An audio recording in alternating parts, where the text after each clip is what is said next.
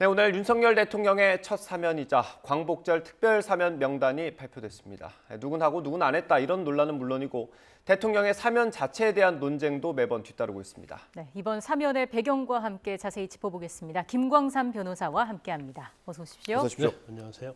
예, 먼저 이 개념을 좀 정확히 하기 위해서요. 네. 특별 사면이라는 게 법원 판결 자체를 없애주는 건 아니죠? 네, 그런 건 아니에요. 우리가 특별 사면과 일반 사면 두 가지가 있는데 네. 뭐 굉장히 법적인 문제라서 시청자분들은 좀 약간 혼돈이 될 수가 있어요. 예. 그런데 일반 사면 자체는 형의 선고 이미 뭐 유죄 판결 받지 않습니까? 네. 그 형의 선고나 아니면 지금 수사를 받고 있다랄지 이제 공소를 제기하는 중에 있는 경우에 있어서 그 공소 제기를 못하게 하는 경우고, 그다음에 이미 받은 선고를 없애주는 거예요. 예. 그러니까 쉽게 말하면 선고 효력 자체를 상실시키는 것이 일반 사면인데. 예. 일반 사면 같은 경우는 이제 요건이 좀 있어요. 네. 왜냐면 국회의 동의를 받아야 하고요. 그다음에 대통령령으로 해야 하거든요. 그래서 일반 사면 하는 경우에 있어서 이제 국회의 동의가 필요하기 때문에 대통령이 자의적으로 하기는 좀 어려운 측면이 좀 있다고 볼 수가 있고. 네. 예. 그렇지만 특별 사면은 이와 다르죠. 대통령이 언제든지 마음을 먹으면 일단 통치권이라는 그러한 개념 아래서 언제든지 특별 사면 할 수 있어요. 그러면 일반 사면은 일반적으로 범죄의 종류를 정하거든요. 예. 그러니까 어느 한 명을 위한 사면이 아니고 범죄와 관련됐던 사람들에 대한 전체적인 사면이기 때문에 예. 형평성의 문제가 없죠. 예. 근데 특별 사면은 꼭 집어서 사면을 하는 거예요. 그렇죠. 그럼 대통령이 하고 싶은 사람에 대해서 사면을 해주면 예를 들어서 징역 5년을 선고받았다 하면 5년형 집행을 안 해도 되는 예. 거예요. 그러니까 2년 6개월 살았으면 나머지 2년 6개월 집행을 안 해도 되고, 그다음에 형의 선고를 받으면 자격정지랄지 여러 가지 권리에 있어 제한이 생기거든요. 네. 예. 근데 이걸 이제 복권시켜 주는 거죠. 그래서 정상적인 생활을 할 수 있도록. 그래서 특별 사면에 대한 여러 가지 비판도 굉장히 많이 있었죠. 예. 하나씩 좀 짚어보겠습니다. 일단 오늘 발표된 거는 광복절 특별 사면이고요. 다시 한번 정리를 해볼까요?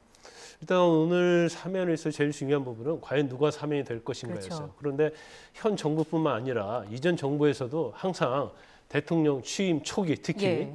그러면 뭐 보통 일반적으로는 대통령 선거가 12월에 있지 않았습니까? 네. 그러면 그해 첫 경축일 때 사면, 특히 뭐 12월에 선거가 있고 나면 석간탄신 사면이 굉장히 중요하게 대두가 됐었어요. 네. 그런데 이번에 선거 자체는 뭐 취임을 5월에 했지 않습니까? 네. 그래서 결국 광복절 특사에 누가 나갈 것이냐 이게 굉장히 관심이 있었고, 가장 논점의 중심, 가장 관심이 많이 있었던 부분은 MB 이명박 전 대통령이 사면이 되느냐 안 되느냐. 그렇죠. 또 드루킹 사건과 관련된 김경수 전 지사가 사면이 되느냐 안 되느냐. 예. 이것이 굉장히 많은 초미의 관심사였거든요. 예. 근데 결과적으로 이번 사면에서는 이 둘은 제외를 하고 예. 주로 이제 경제인 사면, 삼성의 이재용, 그리고 롯데의 신동빈, 그리고 뭐 전 STX 회장 강덕수, 이런 경제인에 대한 사면이 중점적으로 이루어졌다. 그 이유는 여러 가지가 있겠지만 지금 굉장히 경제가 어렵잖아요. 네. 뭐 에너지 위기를 할 때 또 반도체와 관련된 이런 것들이 미국과 중국이 서로 대립하면서 견제와 갈등을 빚고 있고, 예. 더구나 물가 자체가 뭐 굉장히 우리가 감내할 수 없을 정도의 상승을 보이고 있기 때문에 예. 아마 대통령 입장에서는 경제에 굉장히 관점을 두고 네. 사면을 했다 이렇게 볼 수가 있어요. 예. 이 경제인의 초점이 맞춰져 있는데 역대 특별 사면, 첫 특별 사면을 보면 대통령들의 특별 사면이 처음에는 경제는 좀 배제하는 그런 경향이 있더라고요. 그렇죠. 이제 노무현 대통령 이후의 경제 사면은 아마 처음일 거예요. 근데 그 이유가 뭐냐면 사실 이제 재벌 봐주기라는 거죠. 그래서 일반적인 뭐 서민이랄지 그런 경우와 다르게 재벌에 대한 특혜를 주는 게 아니냐. 예. 그래서 정부가 취임할 때마다 굉장히 부담을 가졌어요. 그래서 경제인 사면에 대해서는 굉장히 꺼려왔던 게 사실이거든요. 예. 예. 그럼에도 불구하고 이번에 뭐 여러 가지 민생이랄지 경제가 어렵기 때문에 현 정부에서는 일단 경제인 사면부터 과감하게 단행을 한 것이 아닌가 싶습니다. 예. 예. 그리고 또 위기 극복, 경제 위기 극복이라는 어떤 명분도 있었던 것 같고요. 이번에 앞서 말씀해 주신 것처럼 특사 발표를 앞두고 이명박 전 대통령이 포함이 될 것인가, 여기에 많은 관심이 집중됐었는데 사실 지난 6월만 하더라도 좀 어느 정도 사면이 되는 게 기정사실화되는 게 아닌가라는 얘기가 나왔는데 또 지난달에는 조금 한 발 물러선 모습도 보이긴 했고요. 어쨌든 이게 그동안 이명박 전 대통령에 대한 사면에 대한 부정 여론이 좀 높고 현재 지지율이 낮다는 게 좀 부담으로 작용을 한 걸까요? 예, 맞습니다. 윤석열 대통령이 대통령 후보 때도 그랬고요. 또 취임하고 나서 6월 9일에도 이렇게 오랫동안 수감하는 건 맞지 않다 얘기를 했기 때문에 이번 8.15 특사에서는 이명박 전 대통령 무조건 포함될 것이다. 이제 그런 예측이 많았어요. 네. 예. 그렇지만 뭐 여론사에 나타난 수치는 부정적인 의견이 굉장히 많았죠. 그리고 이명박 전 대통령만 사면을 할 수 없기 때문에 어떤 통합의 차원, 예. 또 아니면 이제 국민들의 어떤 생각 이런 걸 고려해서 김경수 전 지사도 사면 대상이 될 수 있다. 예. 그래서 굉장히 그게 유력하게 제가 볼 때는 아마 고려를 하고 있었을 거예요. 그런데 이제 변수가 생긴 거예요. 그래서 이제 첫 번째 변수는 이명박 전 대통령에 대한 사면은 굉장히 여론이 부정적이죠. 네. 예. 그다음에 김경수 지사에 대해서도 상당히 부정적인 여론이 많아요. 그런데 만약에 이걸 감내하고 했을 때 그 사면의 대상, 사면을 바라고 싶은 사람에 있어서는 굉장히 기다렸겠지만 예. 또 이 시점 자체가 윤석열 대통령에 대한 국정 지지도가 수직 낙하하는 시점이에요. 예. 예. 그러면 여론에서 굉장히 부정적인데도 불구하고 만약에 사면을 했을 때 현재 여론 지지도보다도 훨씬 더 떨어질 수 있거든요.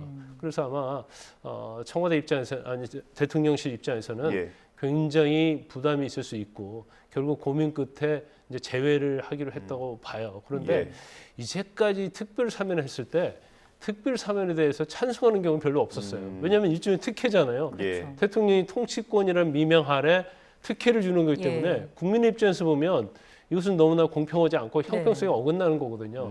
그럼에도 불구하고 많은 대통령들은 그걸 무릅쓰고 이제 사면을 했어요. 예. 대부분 사면의 명분은 이제 통합이라는 명분 안에 했지만 국민의 입장에서 보면 과연 사면 자체가 통합의 의미가 있을까라는 비판적인 여론이 많았었죠. 예.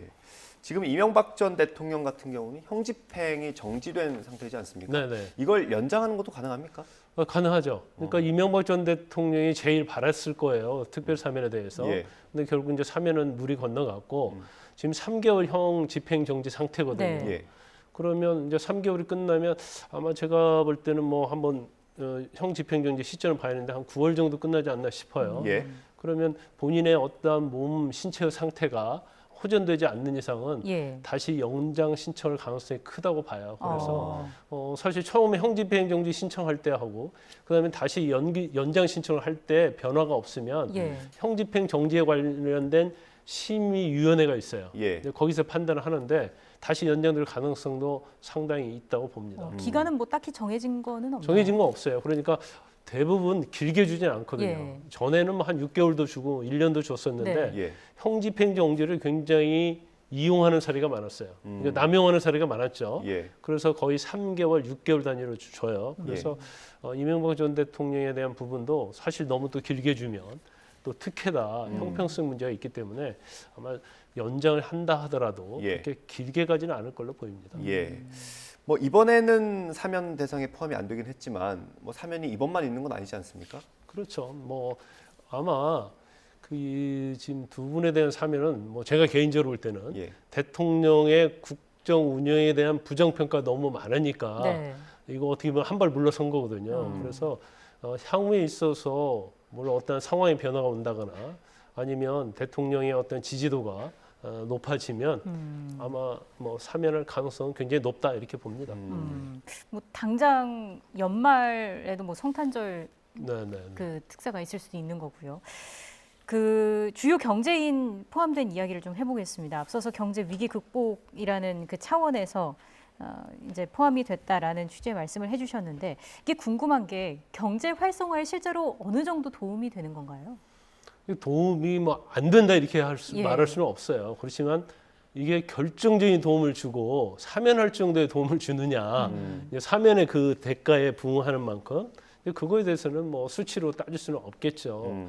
그렇지만 특히 이제 삼성의 이재용 부회장 같은 경우에는 지금 제일 중요한 게 우리 지금 반도체 전쟁이잖아요. 네. 예. 그래서 치프라고 해서 미국에서 주도하는 뭐 대만, 일본, 한국, 미국에서 반도체와 관련된 걸 어떻게 보면 연합을 해서 네. 중국을 견제하고 또 반도체의 중요성이 엄청나게 커졌어요. 뭐 AI랄지 자율주행차랄지 뭐 클라우드랄지 뭐 그런 부분이 엄청 앞으로 반도체 자체가 어떻게 보면 국가의 운명을 좌우할 수 있을 정도의 엄청난 그런 산업의 아이템이거든요. 예. 그렇기 때문에 일단 뭐 사면을 해주게 되면 이러한 어려움을 극복하기 위해서는 굉장히 M&A 또 투자 이런 것이 활성화돼야 하는데 예. 해외를 나가는데 문제가 있다던가 아니면 자격정지가 돼서 활동이 자유롭지 못하면 사실은 유축될 수밖에 없죠. 예. 그래서 뭐 경제적 효과는 이제 어느 정도 있을 거라고 봐요. 예. 그렇지만 그 본인이 어떻게 보면 당사자들이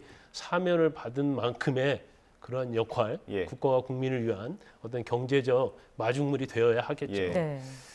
이게 뭐 나라를 위한 일이라고는 하지만 사실 기업인, 대기업에 어떤 면죄부를 준다는 시민단체 비판은 좀 피하기 어려울 것 같은데요. 이번에도 그렇겠죠?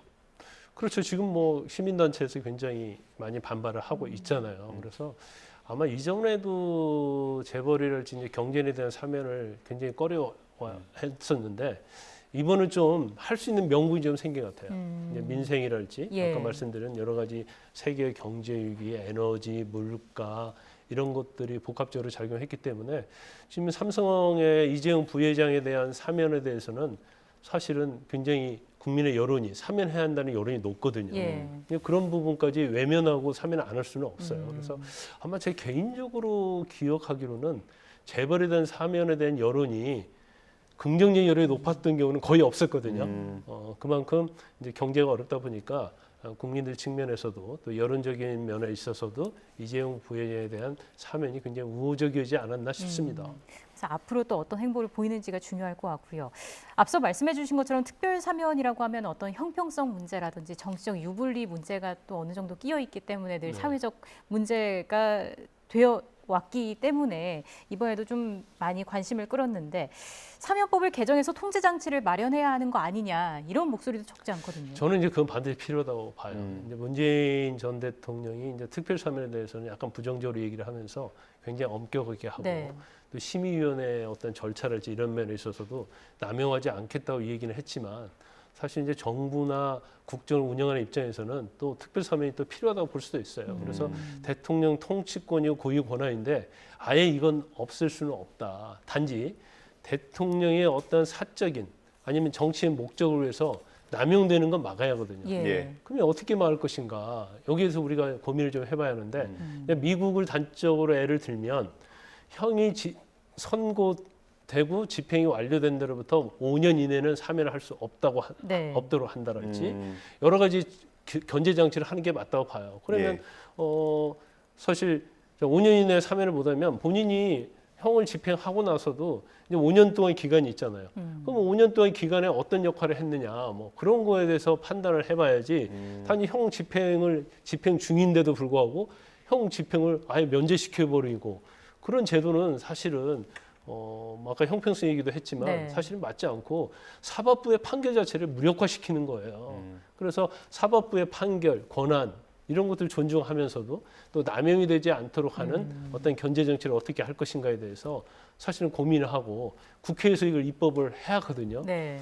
그런데 이제까지 국회에서 특별사면 막자고 하면서 실제로 입법한 사례가 없어요. 그렇기 때문에 이 부분에 대해서는 국회에서 좀 공론화를 해서 사면의 남용을 막을 수 있는 방법을 강구를 해야 한다 이렇게 봅니다. 예.